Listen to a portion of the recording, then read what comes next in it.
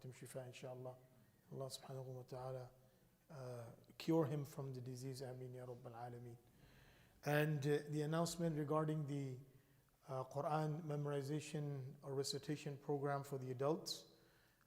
We have, alhamdulillah, a good number of adults that have registered. We are still looking for some of the huffaz from the community, inshallah, adults or even children that are hafiz, above the age of 15 at least. So if you have your children that are above the age of 15 and they are hafiz the Quran, please have them register so they can be part of becoming the assisting the adults to recite and listening to their portion of the Quran, inshallah. Also tomorrow, inshallah, after Isha Salah, we have the lecture regarding Isra and Mi'raj. We request everyone to, inshallah, participate. Alhamdulillah wa salatu wa salamu ala Rasulillah wa ala alihi wa sahbihi ajma'een. Amma ba'd. Alhamdulillah, it's a great blessing of Allah subhanahu wa ta'ala that as we are approaching towards the end of the month of Rajab. So the next month is the month of Sha'ban, and then the holy month of Ramadan will begin. And these are very auspicious months as we are going through them. And the amount of good deeds that a person can perform, all of that will be contributed regarding providing his strength to take maximum benefit when it comes to the month of Ramadan. So some of the things that we need to start making ourselves in habit of doing, and this is what the ulama and the scholars used to do, that as soon as the month of Rajab will appear, they will start preparing for the month of Ramadan spiritually. That how I am able to take maximum benefit. And one of the things that we need to be very punctual about or very considerate about is our timing and our scheduling. A lot of times we see in our daily schedule there is so much time that is being wasted for things that are not even relevant or important in the life of an individual. And Rasulullah sallallahu alayhi wasallam said, "Ni'matani maghbunun fihima kathirun minan nas." There are two blessings of Allah that majority of the people do not appreciate. And they are in complete ghafla when it comes to using and utilizing this ni'mah of Allah subhanahu wa ta'ala. Number one is as-sihha, your health. When a person is healthy, he's able to do many things. And he is able to do multiple things in a day. But as the age comes or the illness comes in, then all of that decreases. And at that time a person says, oh, you know, Allah had given me health, I would have done this and I would have done this. But eventually some of the health conditions are such that you're not able to gain back. And that's due to old age or whatever it may be. So the first thing that we have to be very much considerate about, as well as utilize it to the maximum capacity, is the health that Allah subhanahu wa ta'ala has given us. When Allah has given us health, let's try to use it for the cause that Allah Azza wa Jal will love and appreciate the most from a believer. And the best of ability that Allah subhanahu wa ta'ala has given you, try to spend it in the obedience of Allah and bringing khair into your life and in the life of other individuals. The second thing is time, al-faragh. And time is something that once it goes away, it never comes back. It goes away, it never comes back. And those who appreciate their time, Allah subhanahu wa ta'ala gives them so much in their life. So many blessings that have been earned through when a person, he is managing and utilizing his time. Every minute, every second, it is to be accountable on the day of judgment. Then how have you utilized this? What was the purpose? What was the cause? Today we spend so much time in things that are completely irrelevant. An average person spends about 2 to 3 hours a day on just going through the profiles of Facebook on his page, right? That's an average person. This is according to the statistics that have been compiled, right? And you can check it up. An average person, and that's the 75% of the world. This is what they're doing. That entire time has just been spent on social media, liking on people's likes, or commenting on people's comments, and doing all sorts of things. But this time can be actually utilized and invested in something that can bring khair in the life of an individual. So some of the things that we need to start from now is cutting off all of these things, all of these activities that have no benefit in our life before the arrival of the month of Ramadan, so we are able to. And one more thing, if we are not using it the right way, then shaitan will make our time to be utilized in the wrong direction. If we don't use it in haqq, in the right manner, then shaitan will make it use in the wrong manner. So that's why we have to figure out what we need to do. If Allah has given me X amount of hours in a day, which I have, completely free. So what shall I do with those X amount of hours? Where can I invest it? If I can invest it in my own betterment, maybe reciting something, learning something to recite, reading something that can be beneficial. All of these things, a schedule needs to be made in our life so that our time becomes valuable in our life. When time becomes valuable, then every minute you will appreciate that Allah subhanahu wa ta'ala has given. It's a blessing of Allah subhanahu wa ta'ala. If you see and hear and read about the life of the pious predecessors, Shaykh Abdul Fattah Abu Ghudda has written a book, Qimatu Zaman Inda al-Ulama, and has been translated into English also, that the value of time in the sight of the scholars, that how did they, Imam Jalaluddin Mahalli rahmatullah alayhi said that I wrote the tafsir of half of the Quran in 40 days. Half of the Quran, wrote the entire tafsir in 40 days. They had the same 24 hours as you and I do in our time.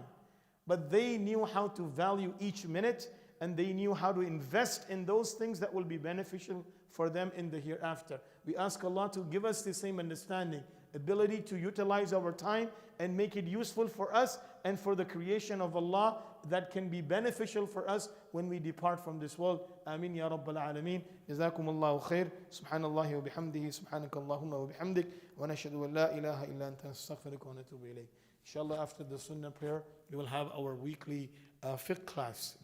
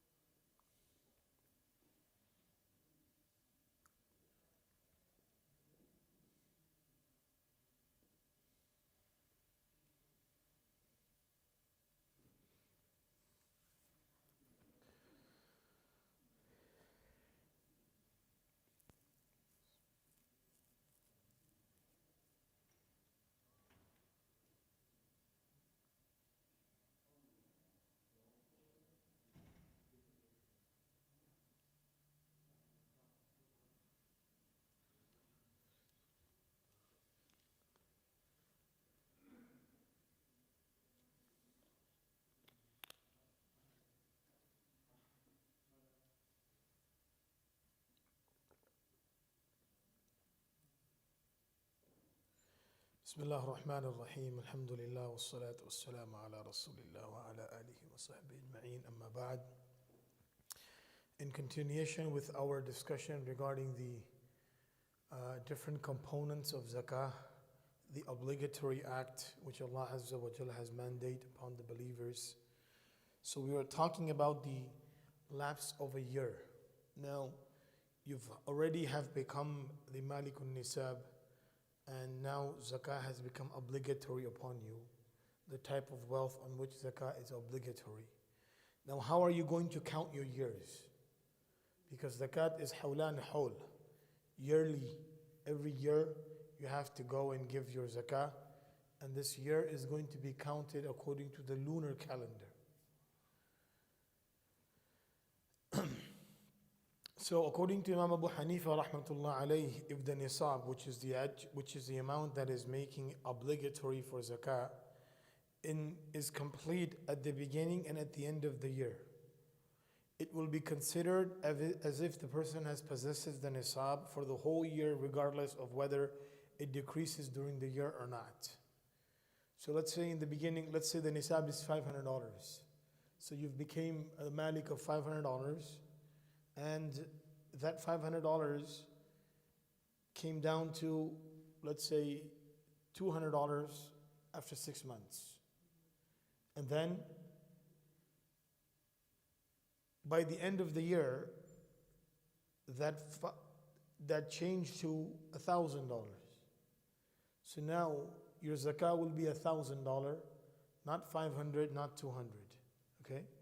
So whatever decreases or increases in the middle of the year, that is not counted as far as in the beginning of the year, and at the end of the year, the amount has above the nisab.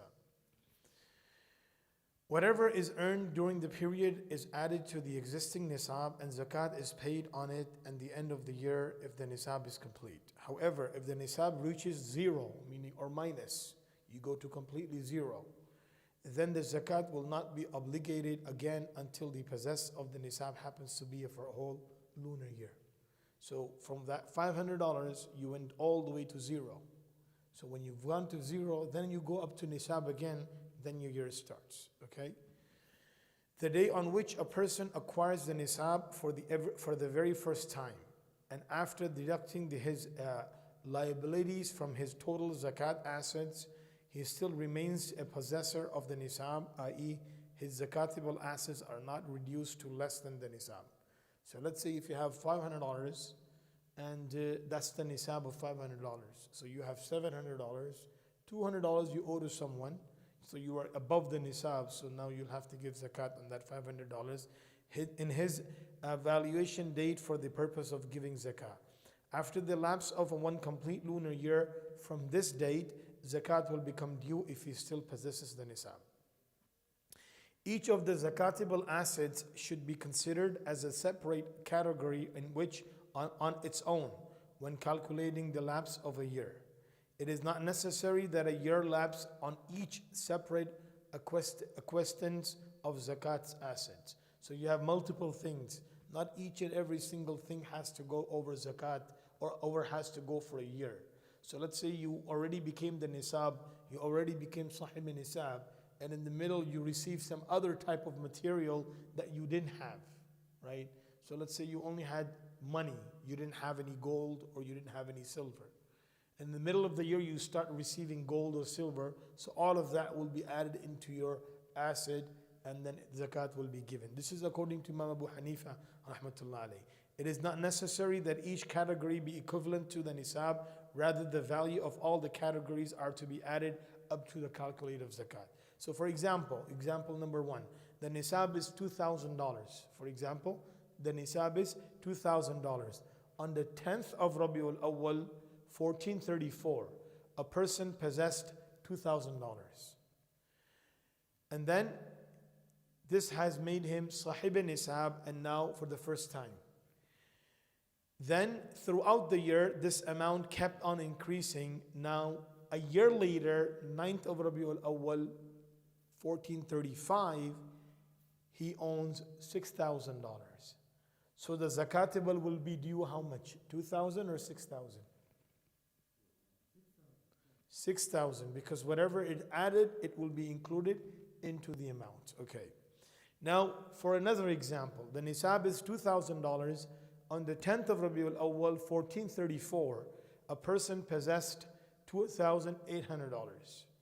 After deducting $800 of debts that he owed to someone, he has $2,000 left with him. And that is the nisab which makes zakah obligatory upon him. So then he becomes sahib nisab. Throughout the year, this amount increases and decreases, and even went below the nisab. So it went up to $1,500, right? 2,000 went to $1,500. But then on the 9th of Rabiul Awwal, the next year, which is 1435, he owns $4,000. So how much will be its zakat? 4,000, 2,800, or 2,000? $4,000, right? $4,000 will be zakatable. A third example. On the 10th of Rabiul Awwal, a person, he is possessing $2,000, which is nisab. Now throughout the year, this amount increased and decreased. Now on the 9th of Rabiul Awwal, he owns $1,500. Is zakat mandatory upon him or not? How many of you say zakat is mandatory? How many of you say zakat is not mandatory?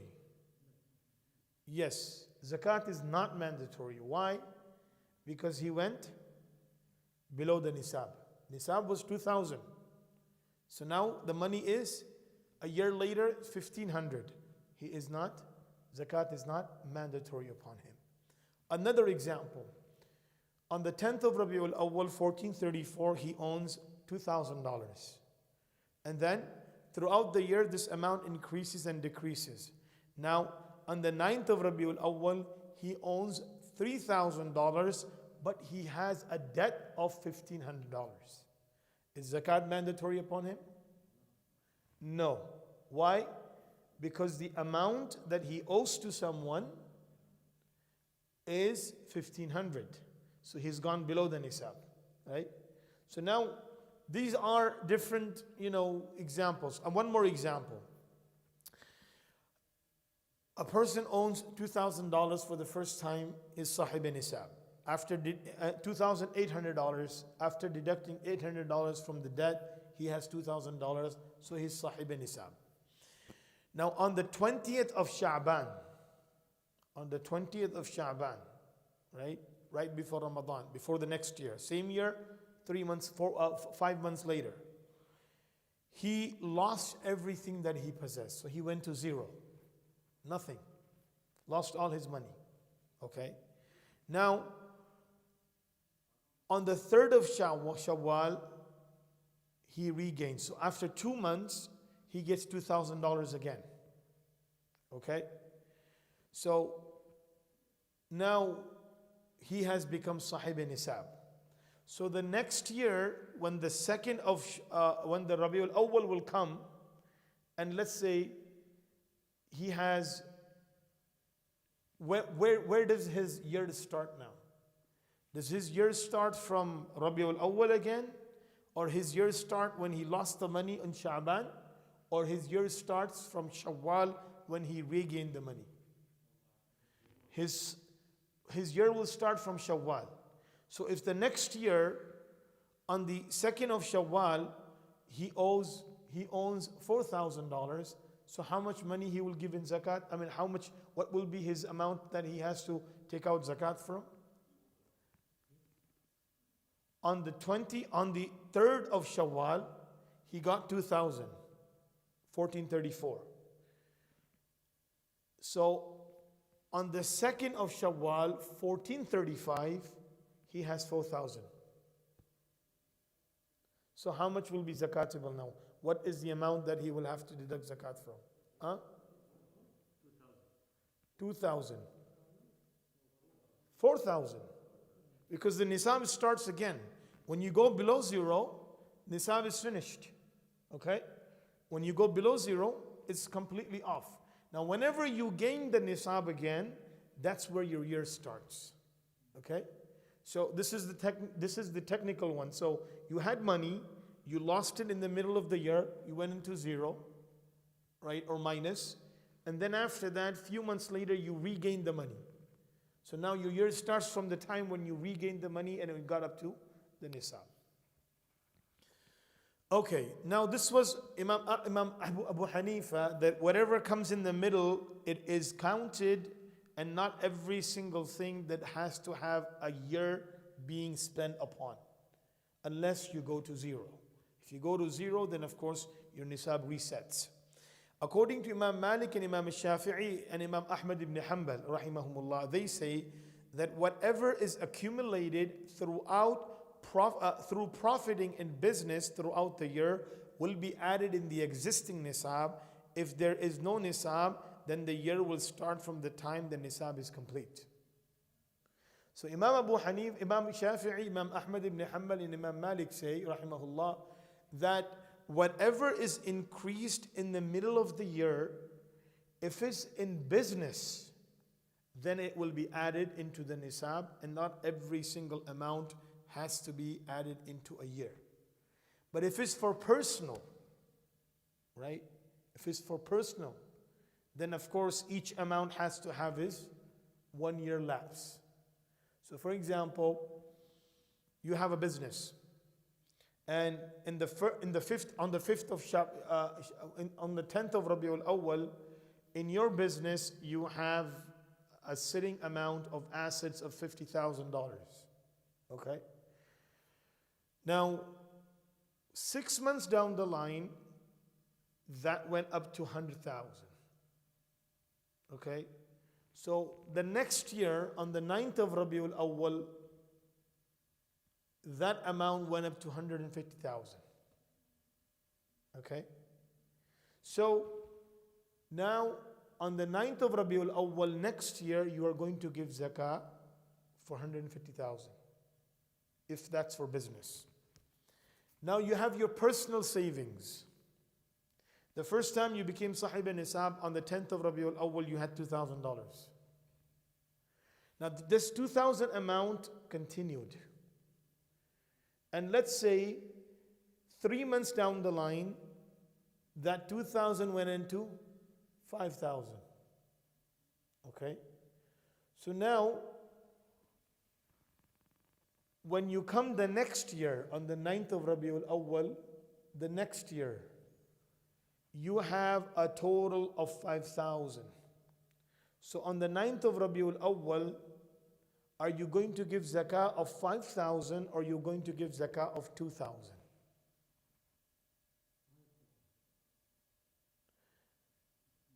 You're going to give zakah twice. You're going to give zakah of 2,000 on the 9th of Rabiul Awwal, and then 3 months after you will give the zakah for 3,000. Okay? So Imam Malik, Imam Ahmed ibn Hanbal, and Imam Shafi'i rahimahumullah, they say that if it's a personal savings, then everything has to be added, and upon every amount a year needs to lapse. And according to Imam Abu Hanifa rahmatullah alayhi, they say that either it's business or personal, whatever is added into the middle of the year, not the entire year has to be spent on every penny. Whatever is added or subtracted in the middle of the year, you will just look at the beginning and at the end. And both of them have the reasons. Imam Abu Hanifa rahmatullah alayhi has the nas. He says the Prophet sallallahu alaihi wasallam said that whatever is added in the beginning or at the end, aw hawlan hawl, you have to give zakah. Whatever is added will be included. And Imam al-Shafi'i, Imam Malik, and Imam Ahmad ibn Hanbal say that the condition is the wealth has to be for business purposes, because the condition of numa has to be there. Numa is growth. So your personal savings don't have growth. Your business savings or your business has growth. Business gets invested, the money gets invested, and then it grows. So that's where the difference of opinion develops. However, the safer option is to give zakah for the entire time at once, so that you don't have to keep in track, because you are allowed to give zakah before the arrival of time. For example, every year you give your zakah in Ramadan, just for example. Now, before the approach of Ramadan, you had an opportunity in front of you. So you went on and you calculated your zakat, that roughly in the month of Ramadan, this is the amount I'm looking at where zakah will be obligatory upon me. And you take out a month before and you give it to the need, so the zakat will be valid. It's not that you have to wait for the entire year, only for the first time. Only for the first time, when you became Sahib Nisab, for the first time, you have to wait for an entire year before that zakah becomes obligatory. But after, once it has become obligatory, the year after that, you can even give it before. Why for the first time? Because the fardiyah has not come into existence yet, due to the lapse of a year not being found. It's like praying your salah before the arrival of time. When you pray your salah before the arrival of time, when the time comes, you have to repeat it. Correct? Because it never became obligatory. So for the first time, you have to wait for the entire year. But after that first time is gone, then every year, if there's an opportunity, then you can give it early. It's not good to delay it. It's good to give it on time. And if there is an opportunity, you can give it early. And then, let's say you have given your zakah, your annual zakah happens to be in the month of Ramadan. And there was an opportunity, someone was in need of wealth, and they were zakat eligible, so you decided to give your zakat to them. So you roughly calculated that my zakah by the end of Ramadan, or by the 15th of Ramadan, and that's where I usually take out my zakah, on the 15th of Ramadan, it will be roughly around, zakatable will be about 50,000. I have to give zakah from 50,000. So you do the calculation of 50,000, 2.5% you gave zakah. And then what happens? On the 1st of Ramadan, you see a stimulus check in your account from the government, right? Stimulus check, the amount come in, 3,000, 5,000, whatever. Now, that's a saving. So on the 15th of Ramadan, you will just take that 5,000 that you have received and you will give the zakat of that. Because this amount was received before the end of the year, before the arrival of the year. So it will be counted into the year. Understand? Okay. Now, condition for giving zakat. What are the conditions for giving zakat? Number one is intention. The intention must be in the heart at the time of giving zakat to the poor person or his agent, or at the time of setting it aside for the sake of zakat to be given at a future date. You cannot say, you've given the money, and then later on you make intention, yeah, that can be counted as zakat. No. Either at the time of separating your wealth or giving your wealth. It is not necessary to mention to the poor person that this is zakat, as long as the intention of zakat is in the heart. So you don't have to tell a person that I am giving you my zakat. You can just give it to him. I'm helping you out, I'm assisting you, you are in need, so I'm giving you to help you. And you can just have that intention in your mind or in your heart that, this is zakat, as long as that person is eligible to receive zakat. If he's not eligible to receive zakat, then your zakat will not be counted. Okay. The second condition for giving zakat is tamlik. You have to make him ownership of that money.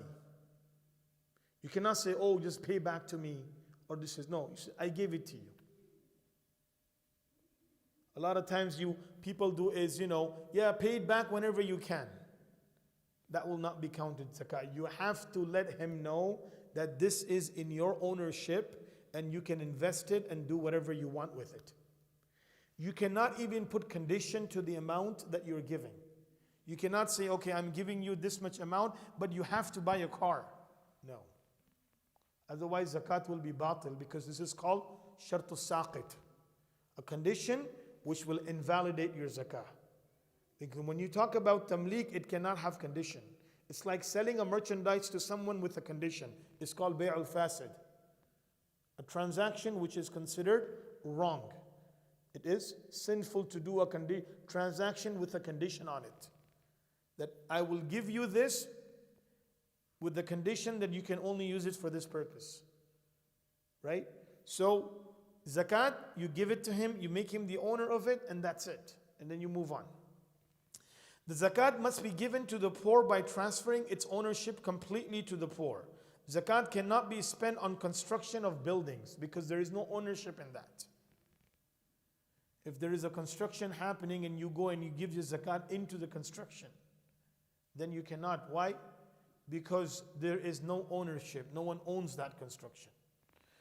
Zakat, unless you are buying a house for someone who is zakat eligible. So let's say there is a house being constructed, and you go and you pay the contractor with the intention of buying a house for someone who is eligible for zakat. That I am going to, and then whenever the deed of that house comes, you put it under the name of the person who is eligible for zakat, then that type of money can be given. But you cannot just assume that, you're giving money for a construction building and then it's going to be, I can use it for zakat or somehow. Zakat may be given in kind from the same categories or an equivalent amount from another category or in cash. So you see, you have gold, you have silver, you have cash. You can combine all of it together and just give the zakat in cash. That's permissible to do so. A person may appoint another individual or an organization as an agent to distribute zakat. That organization must be trustworthy and knowledgeable. The zakat will not be considered as given until the agent distributes it to those who are eligible. The agent must distribute it in the venue as instructed. A person may ask someone to give zakah on his behalf. This will then become a debt. So until that zakat is not delivered. So whenever you're giving to an organization, always ask for two things. Number one, how much percentage from my money you're going to use for other reasons than to give it to the eligible individuals. Right? Number one. Number two is, when will be the time of delivery? When you will deliver my zakat? Because sometimes a lot of the organizations, they just accumulate wealth. So they have more balance than the actual spending. So your zakat is sitting in their bank. Until zakat is not being materialized, your zakat doesn't count. So you have to be very, careful in that, how and where you are giving zakat. The best option is al-yad bil-yad. Find someone and give it to him in their hand and khalas, move on. That's the best option. But if you are making someone if you are giving the authority to someone to go and give your zakat, then you have to find out a few things. Number one is, he knows who are zakat eligible and who are not zakat eligible. The person who you are making wakil to go and give your zakat, does he know who are the masarif of zakat? Does he know who to give when it comes to zakat? Number one. Number two is, what are the percentage from the money that you are giving will be used other than those that will go into the zakat eligible people? So let's say they will tell you, okay, we will use 7% of your money for other reasons, and the remaining, the remaining 93% will be used for your zakat. So you add that 7% from your pocket and you give it to them. Okay, this is an ujra for you to go and take care of my zakah, but do not take it from the other portion, because I want the entire amount to go to the eligible individual. And then you also ask for a delivery date. That when are you going to deliver my money? And then you tell them to notify you when the money is being delivered, so that you know for sure that your zakat has been delivered. A lot of people just, give away zakat and they just forget about it. And this money a lot of times, and of course, there is only so much that an individual can do. It's a combined effort. It's the shortcoming from the organizational part and shortcoming from our part also. So as we are, very mindful in many things, zakat is something that, has to be made sure that it delivers to the right people, to the right masarif, to be able to have that zakat become, acceptable. We ask Allah to give us the understanding. So next week, we're going to talk about those who are eligible to receive zakah. People and, organizations, or both, who are eligible to receive zakah. This will be next week, inshallah. Any questions for today's session? Yes, we'll talk about that in the next week's session, but you can give it, what type of relatives you're allowed to give to, what type of relatives, so there's a little bit detail on that.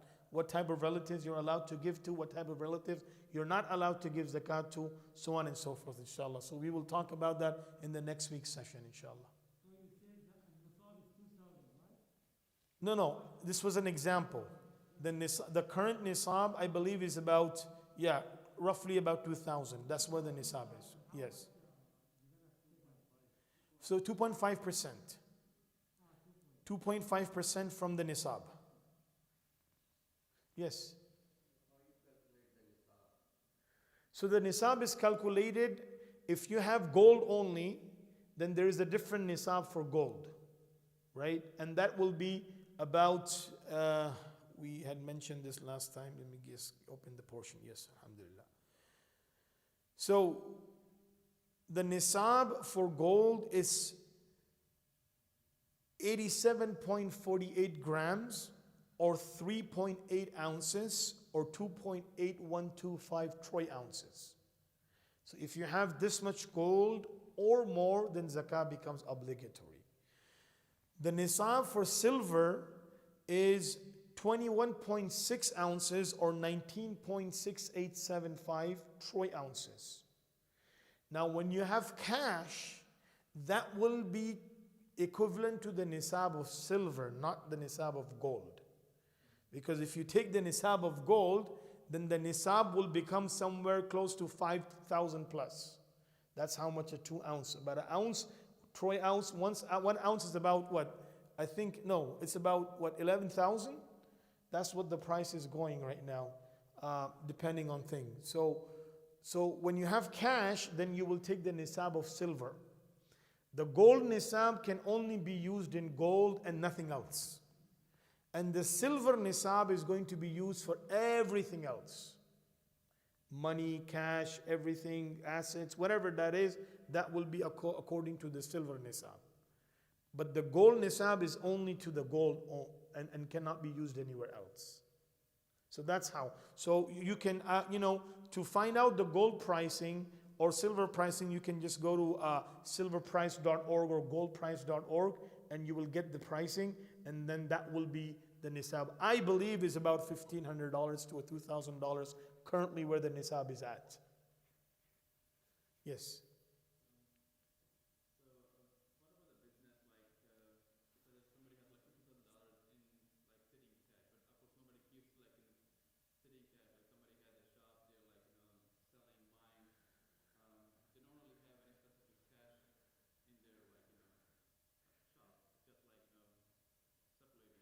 So when you have let's say you have a shop, so you will, and that shop is of course for business, so whatever assets you have in the shop, so let's say you have merchandise, and the worth of the merchandise that is sitting in your shop, it's worth $25,000.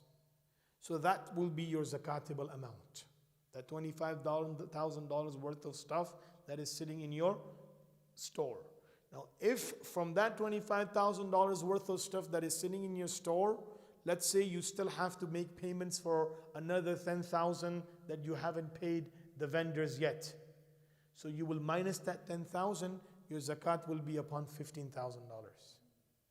So that's how the material that is there, only the machinery will not be considered in zakat. But the material that is there will be considered in zakat, and that's how you will give zakat on the mind. Unless you, let's say if you are buying properties and selling properties for zakat.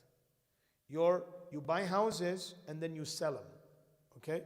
Or you buy foreclosure properties, you fix them up and then you sell them, okay? So let's say you bought a foreclosure property and now you are building that property up, okay? The property thing is whatever at the time of your zakat has become obligatory, what's the value of that property? Let's say you bought a house which is run down for $200,000. Now your intention is to fix that house up and sell it for whatever the market value is going to be. Now in the middle, zakat became obligatory upon you. So whatever the current value of that house is, this is what you're going to give in zakah. Not the one you purchased at and not the one you're going to sell at. Whatever the current value is, this is where you're going to give zakat upon. So properties, if they are bought with the intention of selling, then they will be added into zakat. If you bought a property or a house for the intention of renting it out, then that property is not zakatable because it doesn't grow. It sits there. You only collect rent. And that rent will be added into your savings. And if that saving happens to stay with you for a year, then you will give zakat from that, as you will do to any other savings that you have. Does that make sense? Inshallah. Yes.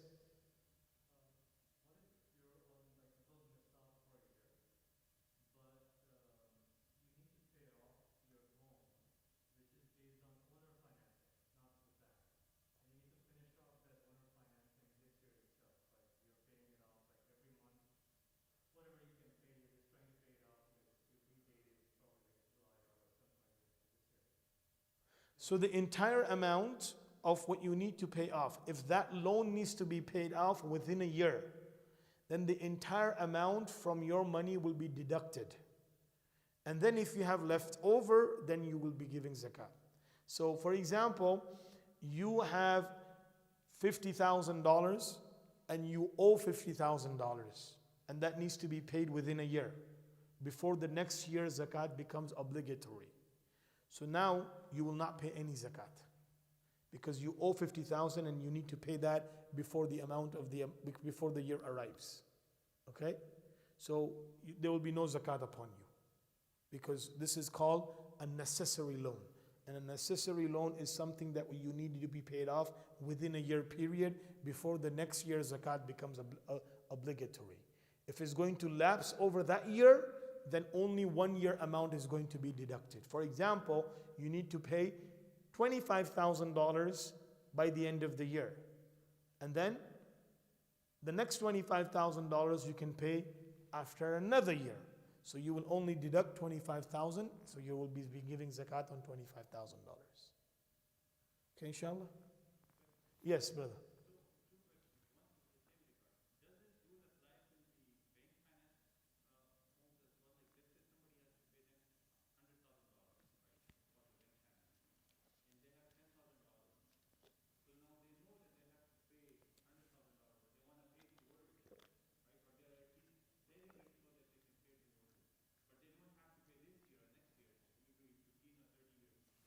So when you talk about a long-term loan, then there are two categories: Islamic finance, and then you have conventional loan. Okay? In Islamic finance, you will deduct one year amount of payment.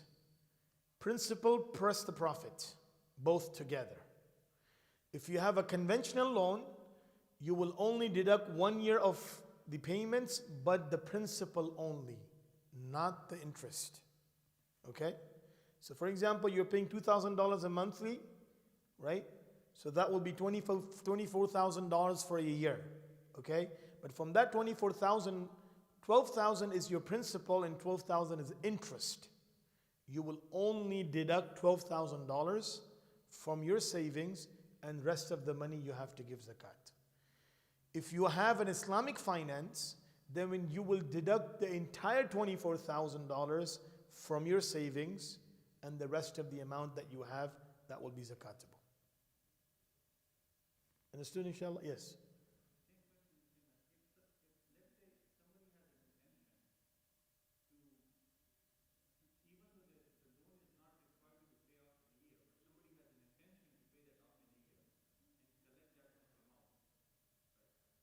So the entire amount, whatever the amount that you have, and you have the intention to pay it off in a year, and you actually are working towards it, then of course the entire amount will be deducted. So you will have nil to pay for zakat. Yes.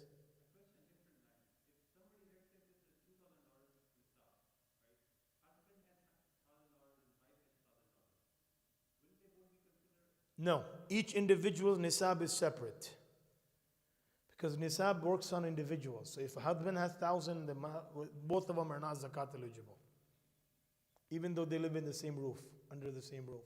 But they're not zakat eligible because zakat is upon individual, nisab is upon individual, not on households. Similarly, when you have to give zakah, the both of them have to give zakah. However, husband can pay zakah on behalf of the wife. But both of them have to give zakah because zakat is individually nisab. Yes.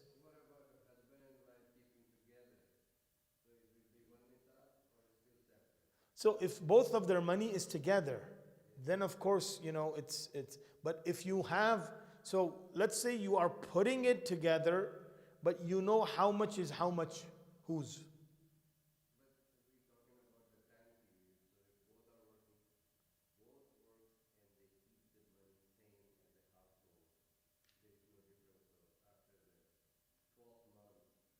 So the nisab will start whenever one person started to work.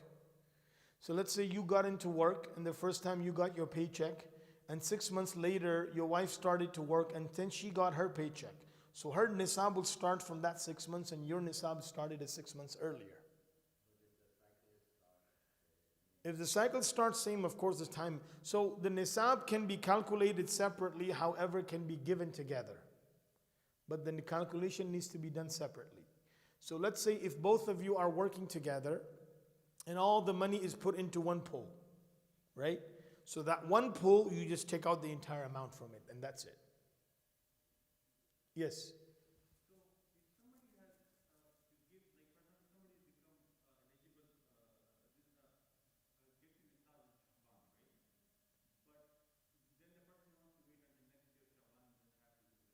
Correct.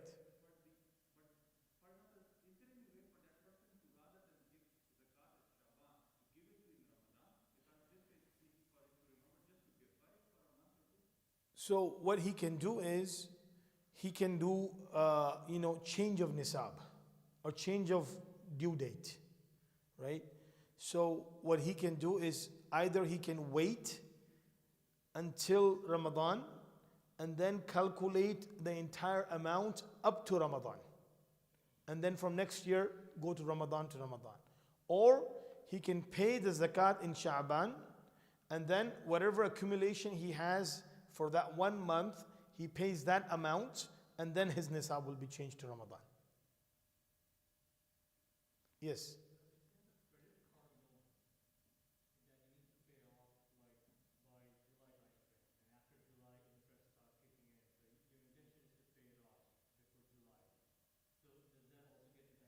Correct. That will be deducted.